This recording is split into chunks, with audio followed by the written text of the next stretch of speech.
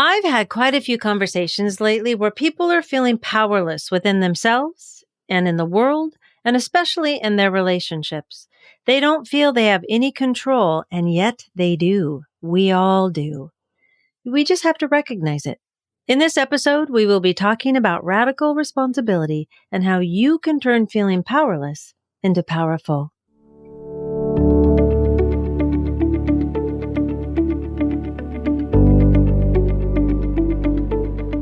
Hi, I'm Brenda Reese, freedom and forgiveness coach, and a person just like you that is learning to navigate life and all of its challenges.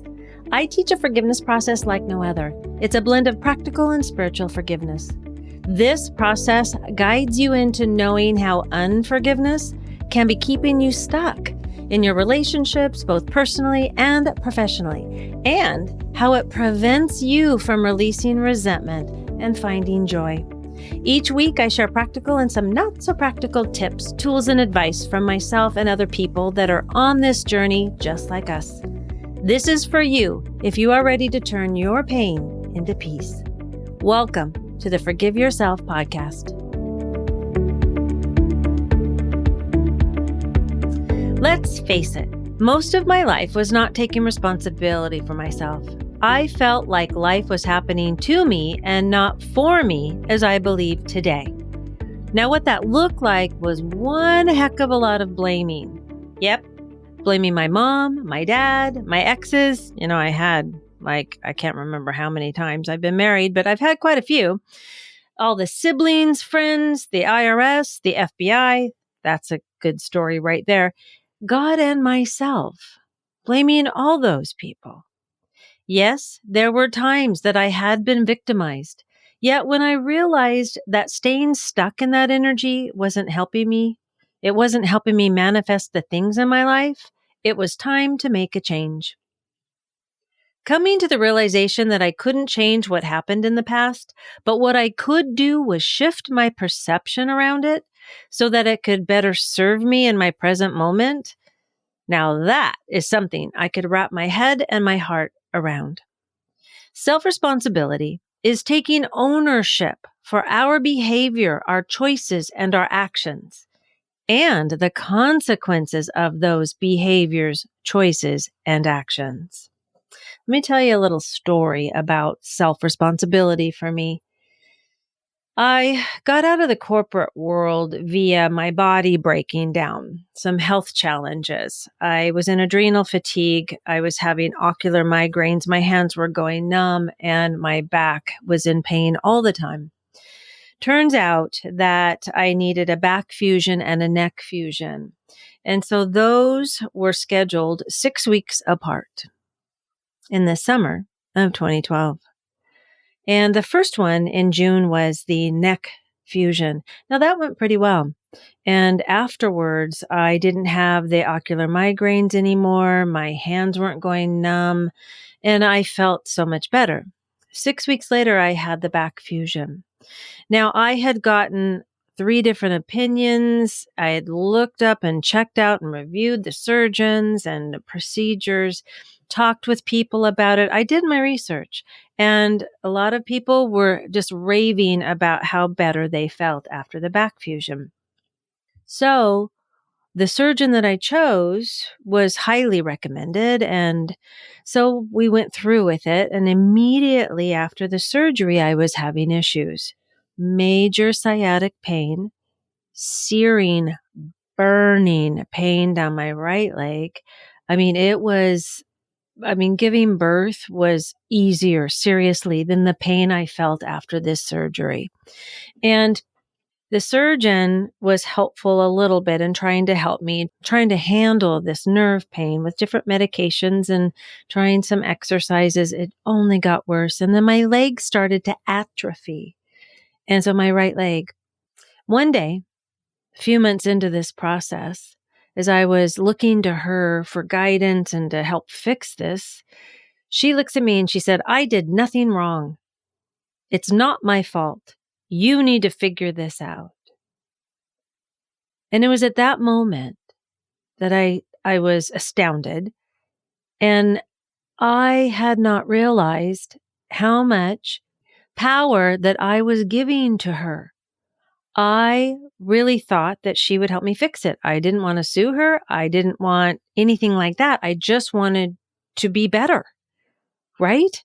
So as I stood there in shock, I felt victimized. I felt like I didn't know what to do, and I just went into tears. So what happened next was I went home and I don't know what to do. I don't know what to do. And I realized right there that this is a pattern for me. It helped me realize how much power I was giving to her, to the medical world, and I was not abdicating for myself. Now, maybe you can relate to this and maybe not, but maybe there's somewhere in your life that you have been giving power to someone that you can realize, oh my gosh, that's probably not in my best interest, right? Because I'm not being very sovereign if I'm not co-creating with the doctors or with someone, like in my business or in creation of any kind of project. If I'm not co-creating, I'm giving my power away. So not accepting responsibility for our actions actually hinders our ability to respect ourselves. It can affect our minds and hearts over time. And if we fail to take responsibility for an action or behavior, it actually eats away at how we feel about ourselves. Now, we are human, and therefore we make mistakes and poor choices, and maybe fail to act when we know we should. So we need to have compassion for ourselves. And it's okay as long as we're willing to circle back and take that responsibility for our part in what took place. Learning to take responsibility for ourselves and our decisions and the choices can be one heck of a doozy, especially when we feel we have been hurt and wronged by others. Now, this is not saying that what someone else did was right or wrong. This is about knowing when we blame others, it puts us in a victim mode where we feel powerless, just like I felt powerless. And being a victim is not a place where we can feel self-respect, let alone powerful, and it's not the place we want to make our decisions from. Speaking of power, when we are blaming others, we are actually giving them our power. Yep. So think about this. Okay, you're angry. You're angry at your partner or your ex or your friend or family or whoever you feel has hurt you. You start to have these conversations in your head, right? Telling them what you want to say or should have said, not being present or paying attention really to what's going on in your life right now. You're not able to because you're busy telling them what for and how come and having these conversations in your head. I know this one well. Then you start to notice you're cranky because you start cussing out the drivers in front of you or someone who isn't moving in the coffee line fast enough, or any line for that matter, or it's taking too long to get through to someone, right? You know, our little meter is not very high, not much patience. And I know you know this feeling because I do. And then your friend says something funny and you get actually irritated instead of laughing. Yep. That's giving away your power. Crazy, isn't it? So we are now letting that person or situation live rent-free in our head, taking up all that space, leaving not much for us in this moment, which is all we really have, to take care of ourselves. And we can't manifest anything we want in our lives. Our energy isn't there to do it. Now, you've probably heard me talk about radical forgiveness and know that I'm certified in that. And part of that process is being radically responsible, being willing to take 100% responsibility for ourselves, not something we're taught, but something we can teach ourselves. This includes how we interpret things, how we feel, what we think, what we do. It's from this foundation that we quit giving our power away, and then we are in control of our transformation and our inner freedom. Self-responsibility is vital to our well-being. We are in charge of our own experience, and we get to decide how we want to move forward, powerless or powerful. Now, here's some tips and some exercises to guide you on this road of self-responsibility, discovering where you may be giving away your power and celebrating where you aren't. Now, these tips will be in a handout for you on the podcast resource page, and we will have a link in the show notes to that for you. All right, you ready? Okay, number 1, take responsibility for all your mind chatter. Okay, remember those voices in the head I was just talking about? Okay, so here are some ways to help you do that. First, develop self-affirming self-talk scripts to enhance your personal development and growth.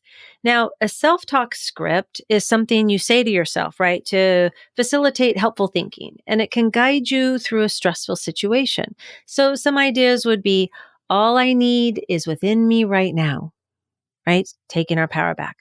Or I am not defined by my past. Another one is, I am living in abundance. Or I have a positive and inspiring impact on the people around me. That's the one I use. Now, you want to relate to it, you want to resonate with it, and you want to be able to believe it, right? So you just don't want to do any affirmation. You want to be able to really feel it within you, okay? So make a list of those and start using them every day. And then number 2, quit putting your stuff on other people, like your partner. It's not their job to handle your emotional needs. That's yours. And this is taking responsibility, because we can think that the other person should be able to know what we want or need, but that is not true.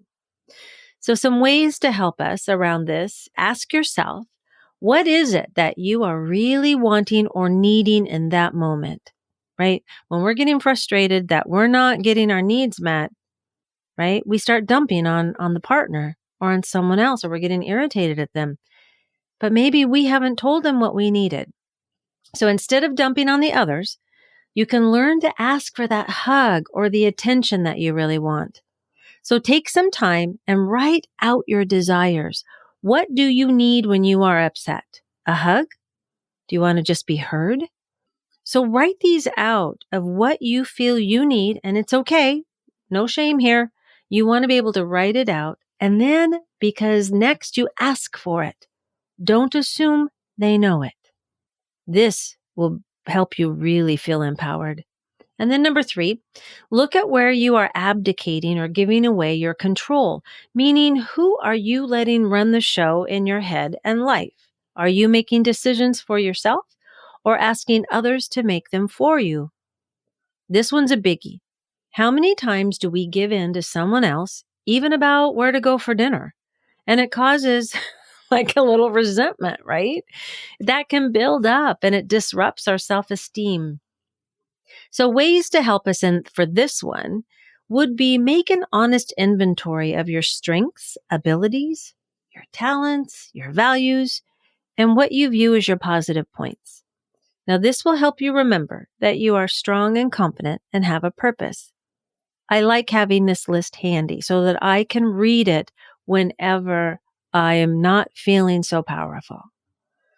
And then the other thing, like my story earlier, take responsibility for your health, because you are a co-creator, and it's not up to the practitioner or the doctor to heal you.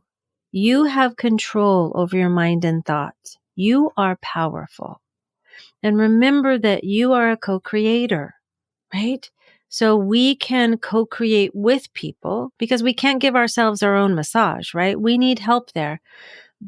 But I think you understand what I'm saying, that we want to be able to take responsibility in these areas where we know we haven't, especially in relationships, maybe our jobs, our work, our business, and definitely our health. So, what does this have to do with forgiveness? This part really is about self-acceptance, which is a huge part in forgiveness, because self-acceptance is really a precursor to forgiveness. And the more we can learn about ourselves and our patterns and behaviors, then we get to make a choice on whether we want to change those behaviors and patterns or not. This is taking your power back.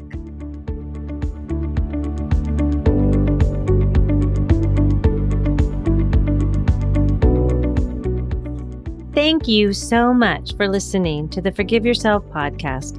I hope you enjoyed this episode.